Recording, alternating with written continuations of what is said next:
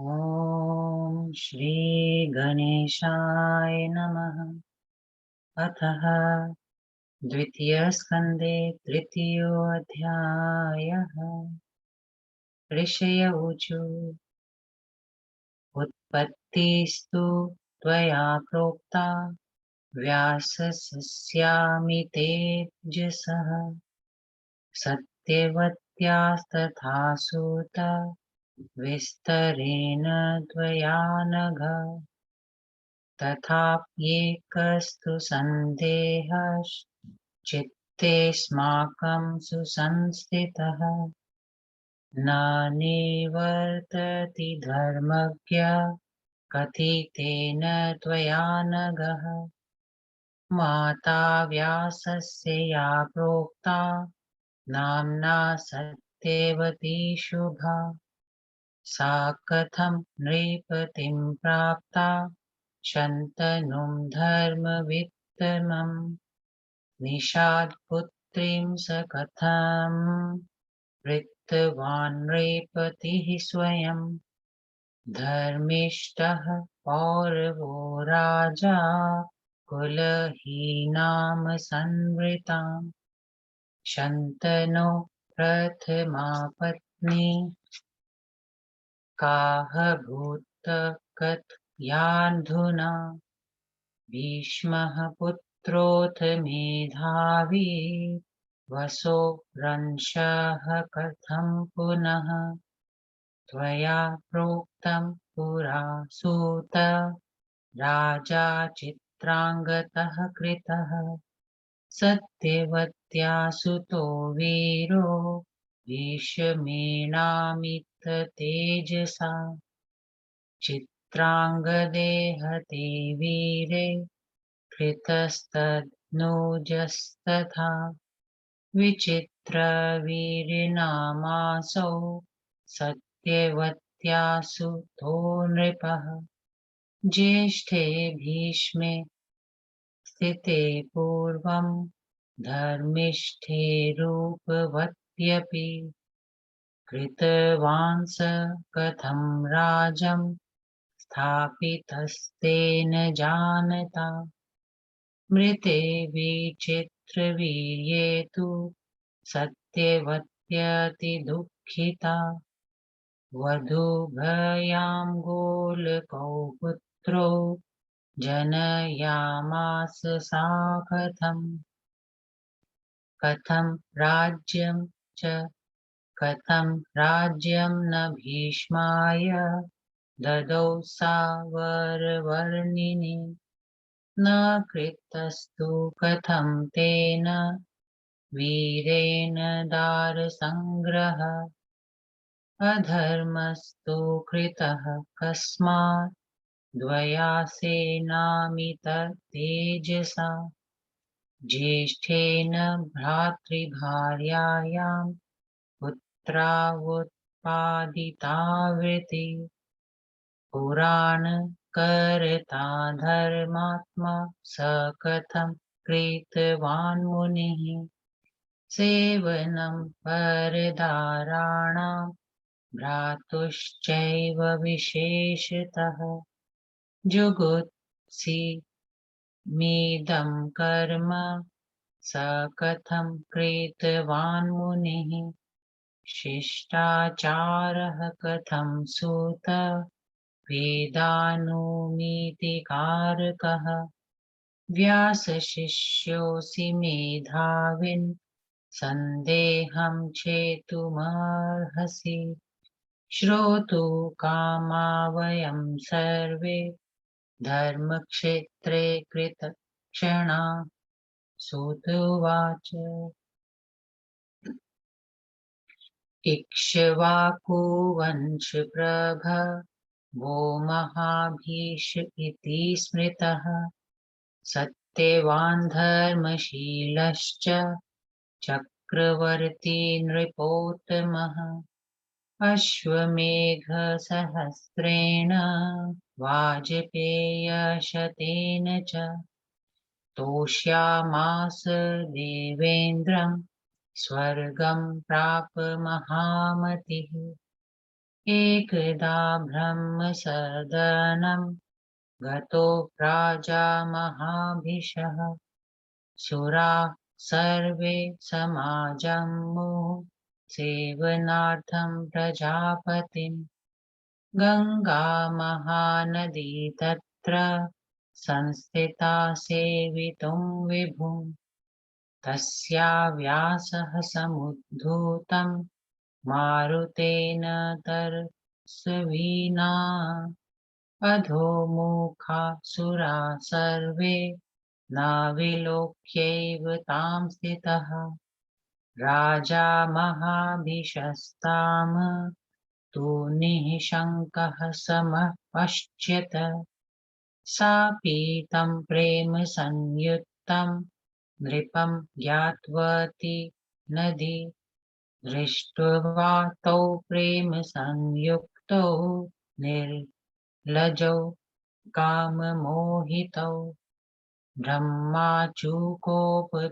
तूर्णं शशाप चारुषान्वितः मर्त्यलोकेषु भूपाल जन्म प्राय पुनर्दिवम् पुण्येन महताविष्टस्त्वं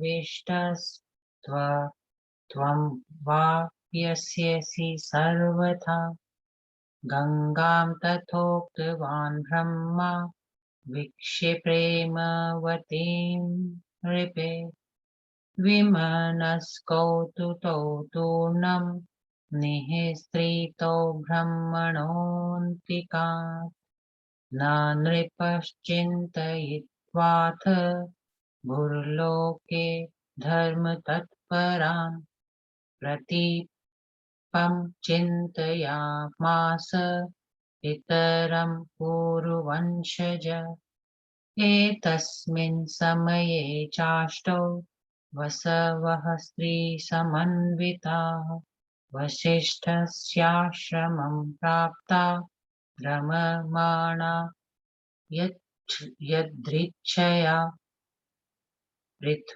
पृथ्वादीनां वसूनां च मध्ये कोऽपि वसूतमः धोर्नामा तस्य भार्याथ नन्दिनीं गां ददर्शः दृष्ट्वा पतिं सा पप्रच्छ कस्येयं धेनुरुत्तमा दोषतामाह वसिष्ठस्य गौरीयं शृणु सुन्दरी दुग्धमस्या पिबेधस्तु नारी वा पुरुषोऽथवा अयुतायुर्भवे नूनं सदैवागत यौवनः तच्छ्रुत्वा सुन्दरी प्राह मृत्युलोकेऽस्ति मे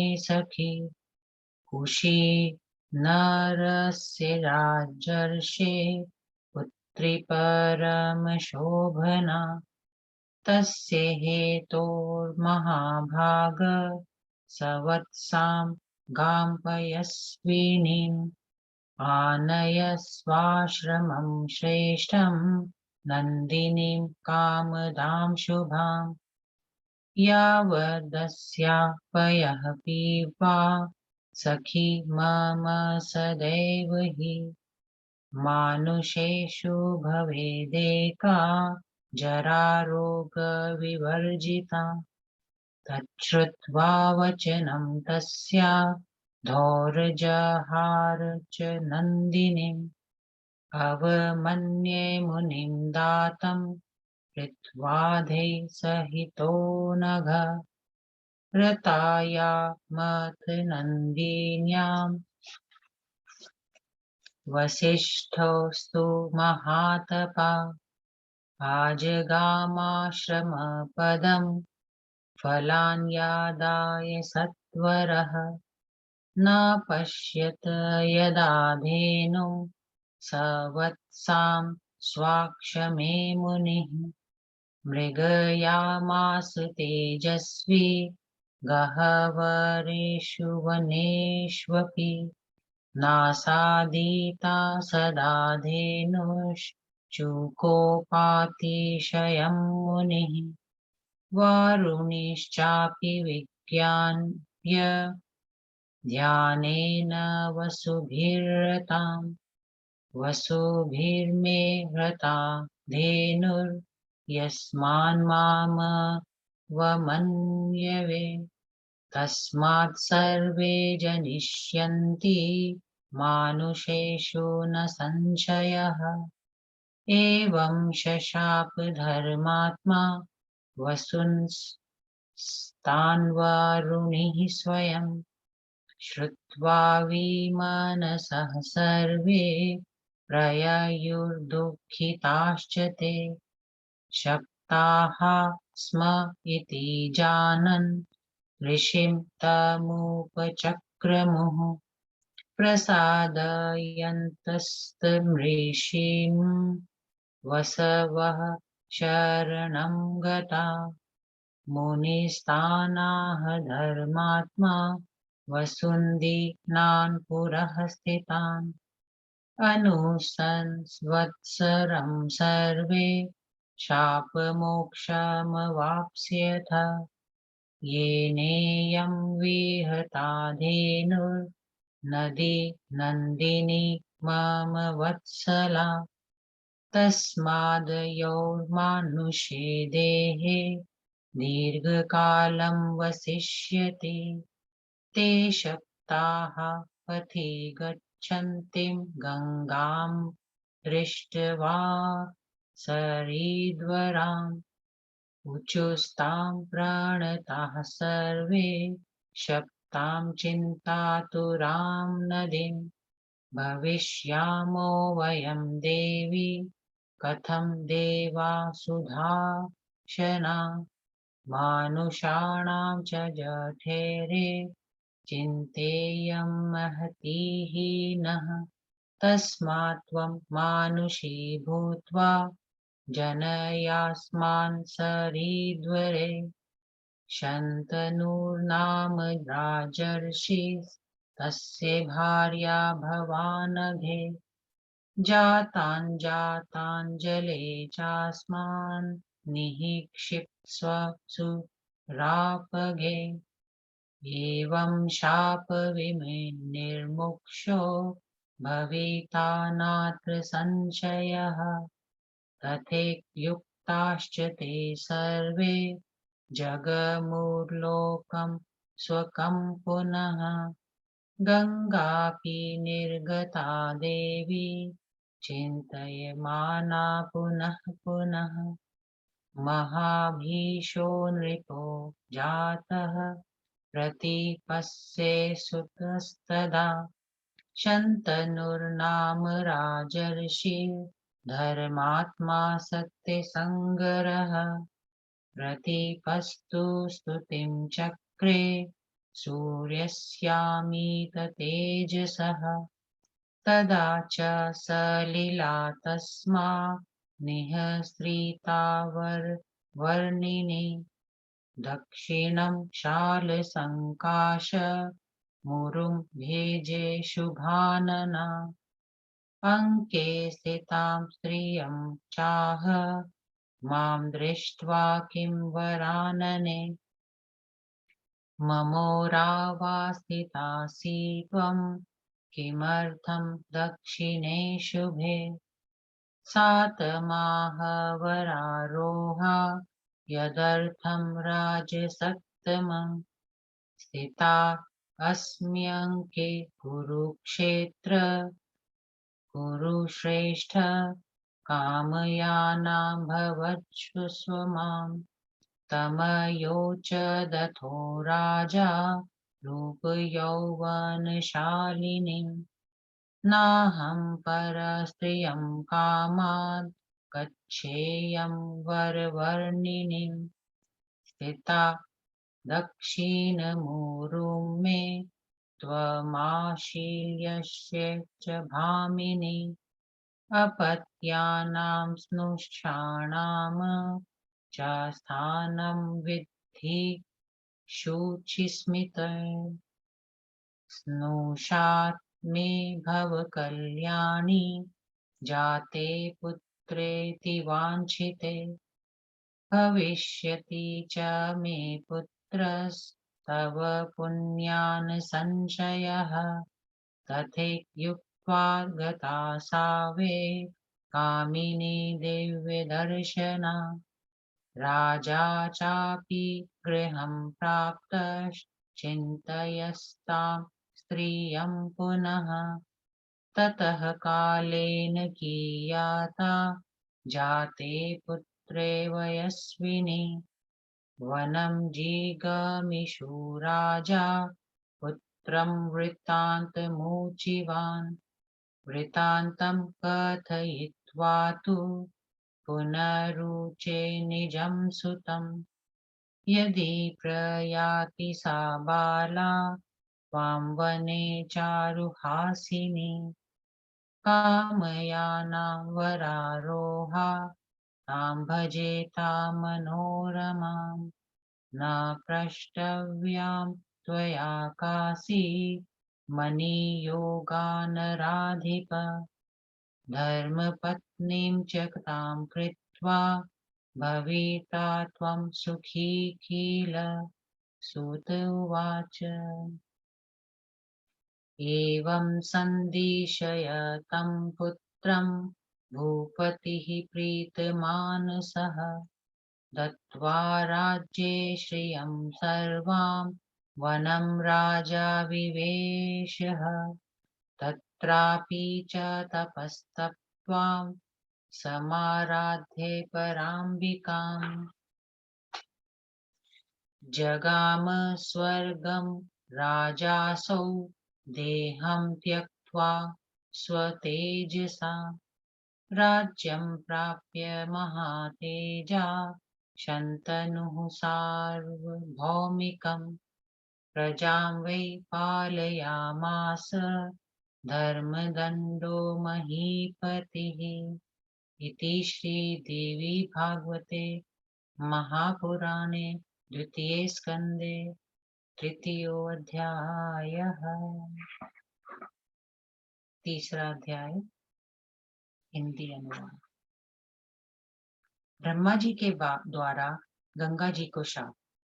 ऋषिगण बोले, हे सूत जी, आपने अमित तेजस्वी व्यास तथा देवी सत्यवती के जन्म का वृतांत विस्तार के साथ सुनाया, तथापि हमारे मन में एक संदेह घर लिए हुए है। ये धर्मज्ञ, आपकी विस्तृत बातें सुनकर के भी मेरा संदेह दूर नहीं हो रहा है। हे अनग, वेद व्यास की माता सत्यवती धर्मात्मा राजा शांतनु को कैसे प्राप्त हुई, और फिर महाराज शांतनु ने ही इस निषाद पुत्री के साथ विवाह क्यों किया? धर्मात्मा और पुरुवंशी राजा शांतनु ने उस कुलहीन कन्या को कैसे स्वीकार किया? आप कृपया कर हमको यह बतलाइए कि राजा शांतनु की पहली रानी कौन थी? परम बुद्धिमान भीष्म वसु के अंशज क्यों कहे जाते हैं? ये सूत जी, आप पहले ही कह गए हैं कि असाधारण तेजस्वी और सत्यवती के पुत्र भीष्म ने वीर चित्रांगद को राजा बनाया था। चित्रांगद के मर जाने पर उनके छोटे भाई सत्यवती तन्ने विचित्र वीर्य राजा बने। सो ज्येष्ठ रूपवान तथा धर्मात्मा भीष्म के रहते पहले उनके छोटे भाई राजा क्यों बने, और जानबूझकर छोटे भाइयों को किसने राज्य सिंहासन पर बिठाया? विचित्र वीर्य के मरने पर अतिशय दुखी रानी सत्यवती ने अपनी पुत्र वधुओं से गोलक संतान पति के मर जाने पर अन्य पुरुष से उत्पन्न पुत्र क्यों पैदा कराए?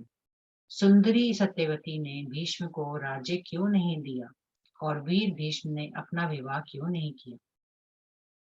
अमित तेजस्वी और ज्येष्ठ भ्राता व्यास ने अपने लघु भ्राताओं की पत्नियों से पुत्र उत्पादन रूपी अधर्म का कार्य क्यों किया? पुराणों के रचयिता धर्मात्मा और महामुनि होते हुए भी उन्होंने पर स्त्री और वह भी भाई की पत्नी के साथ ऐसा दुराचार क्यों किया? महामुनि व्यास जी ने यह निंदनीय काम क्यों किया? हे सूत जी, वेदों की अनुमति अर्थात परामर्श जनित ज्ञान देने वाला शिष्टाचार क्या यही है? हे मेधाविन, आप व्यास जी के शिष्य हैं, अतएव हमारी इन शंकाओं का समाधान करने में समर्थ हैं। हम लोग इसी धर्म क्षेत्र में इन सभी प्रश्नों का उत्तर सुनने को उत्सुक हैं। सूत जी बोले, हे मुनि वृंदन, इक्ष्वाकु कुल में महाभीष नाम के राजा हुए हैं। वे सत्यपरायण, धर्मात्मा और चक्रवर्ती राजा थे। उन्होंने हमारे 1000 अश्वमेध और 100 वाजपेयी यज्ञ करके देवराज इंद्र को प्रसन्न किया था और उन्हीं की कृपा से उन्हें स्वर्ग मिला था। एक बार राजा महाभीष ब्रह्मलोक गए। वहां महाप्रजापति ब्रह्मा जी से मिलने के लिए बहुतेरे देवता आए हुए थे। सर्वव्यापक ब्रह्मा जी की सेवा के लिए महानदी गंगा जी भी वहां उपस्थित थी। एकाएक तेज हवा के चलने से उनके आंचल का कपड़ा उड़ गया। यह देखकर सब देवताओं ने माथा नीचे कर लिया और बिना उधर निहारे बैठे रह गए। किंतु राजा महाभीष तब भी निशंक भाव से गंगा जी की ओर निहारते रहे। इससे गंगा जी ने राजा को अपने पर आसक्त समझ लिया। अब दोनों प्रेमी काम मोहित होकर सबके समक्ष निर्लज व्यवहार करने लगे। उन दोनों की यह दुष्चेष्टा देखकर ब्रह्मा जी क्रुद्ध हो गए। अतिशय कुपित ब्रह्मा जी ने उन दोनों को शाप देते हुए कहा, हे भोपाल, तुम मनुष्य लोक में जाकर जन्म लो। वहां जब अत्यधिक पुण्य संचित कर लोगे तभी पुनः स्वर्ग लोक में आ सकते हो। उसी प्रकार गंगा जी को भी महाभीष पर आसक्त जानकर मृत्यु लोक में जन्म लेने का शाप दे दिया गया। तब अनमने होकर वे दोनों ब्रह्मा जी के पास से चले गए। अब राजा महाभीष सोचने लगे कि मृत्युलोक में कौन कौन राजे धर्मपरायण हैं कि जिनके घर जन्म लिया जा सके। अंत में उन्होंने पूर्ववंशी राजा प्रतीप को अपना पिता बनाना निश्चित किया। उसी समय 8 वसु अपनी अपनी स्त्रियों के साथ विहार करते हुए स्वेच्छा से महर्षि वशिष्ठ के आश्रम में जा पहुंचे। पृथु आदि 8 वसुओं में एक धौ नाम के वसुराज थे। उन्होंने उनकी स्त्री ने नंदिनी गौ को देखकर अपने पति से पूछा कि यह किसकी गाय है? बड़ी अच्छी गौ है। धौ ने कहा, हे सुंदरी, यह महर्षि वशिष्ठ की गाय है। स्त्री अथवा पुरुष जो कोई भी इस गौ का दूध पीता है उसकी आयु 10,000 वर्ष हो जाती है और उसका यौवन नित्य निखरता रहता है। यह सुनकर उस सुंदरी ने कहा कि हे मृत्युलोक में मेरी एक सखी है। वह राजश्री उशी नर की परम रूपवती पुत्री है।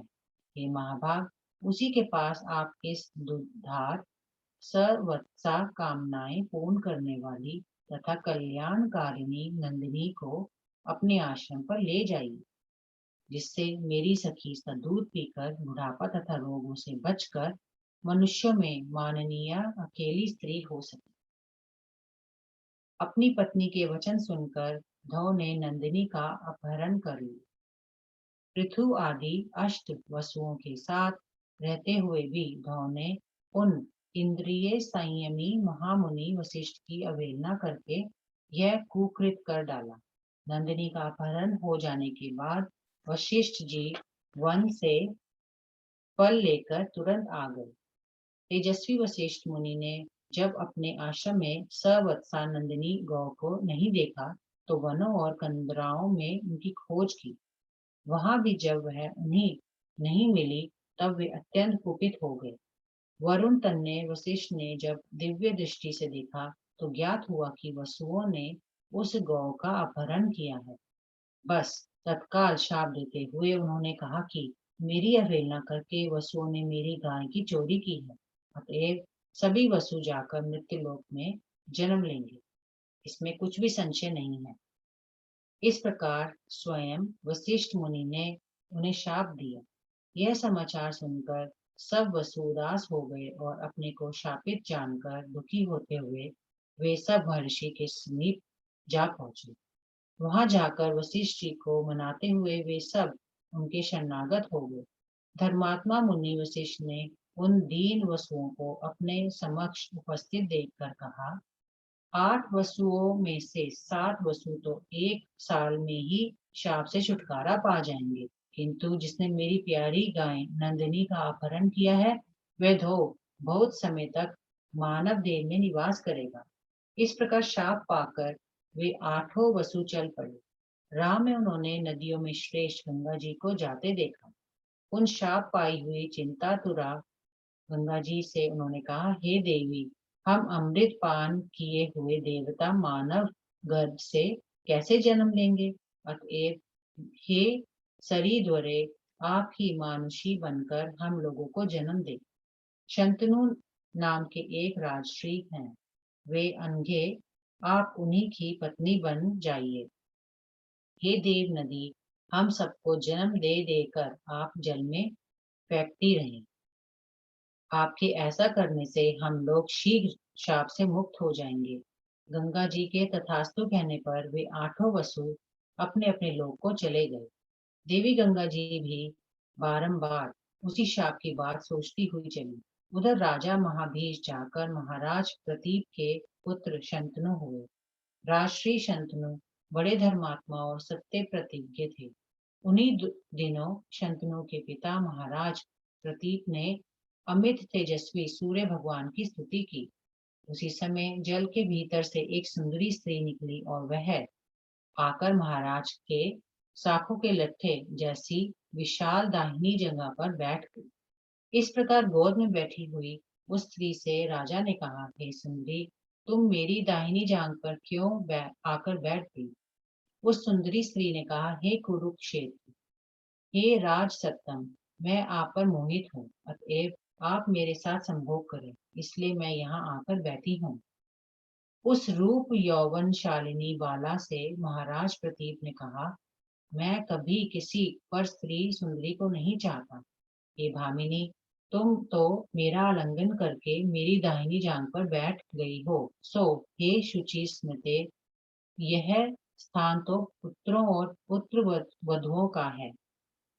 हे कल्याणी, मेरे किसी अत्यधिक प्रिय पुत्र उत्पन्न होने पर तुम मेरी पतोहू बनना। तुम्हारे पुण्य से मेरे वैसा पुत्र अवश्य होगा। तब तथास्तु कहकर वह दिव्य रूपा स्त्री वहां से चली गई। महाराज प्रतीप भी उस स्त्री के बारे में सोचते हुए अपने घर चले गए। कुछ समय बाद राजा प्रतीप के पुत्र हुआ, और जब वह वस्यक हो गया तब महाराज ने वानप्रस्थी होने की इच्छा की, और पुत्र को उन्होंने उस पूर्व घटित घटना का सब हाल कह सुनाया। हाल बताने के पश्चात राजा ने राजपुत्र से फिर कहा कि यदि कभी वह चारुहासिनी बाला तुम्हें वन में मिले और अपनी काम जनित अभिलाषा प्रकट करे, तो हे नराधिपति, तुम उससे यह ना पूछना कि तुम कौन हो, यह मेरी आज्ञा है। उसी धर्म पत्नी बनाकर तुम सुखी होगे। सूत जी बोले, इस प्रकार पुत्र शंतनु को आदेश देकर परम प्रसन्नता पूर्वक महाराज प्रतीप अपनी समस्त राजश्री उसे देकर वन में चले गए। वहां उन्होंने परमा अंबिका देवी का आराधन किया और तप किया। तदंतर अपना तेजस्वी शरीर त्याग कर प्रतीप स्वर्ग लोक को चले गए। तब महातेजस्वी शंतनु को सार्वभौम राज्य मिला। महाराज शंतनु धर्म पूर्वक दंड विधान के सहारे प्रजाजनों का पालन करने लगे। इति श्री देवी भागवते महापुराणे द्वितीय स्कंदे भाषा टीकायां तृतीयो अध्यायः। ओम श्री दुर्गा देव्यै नमः।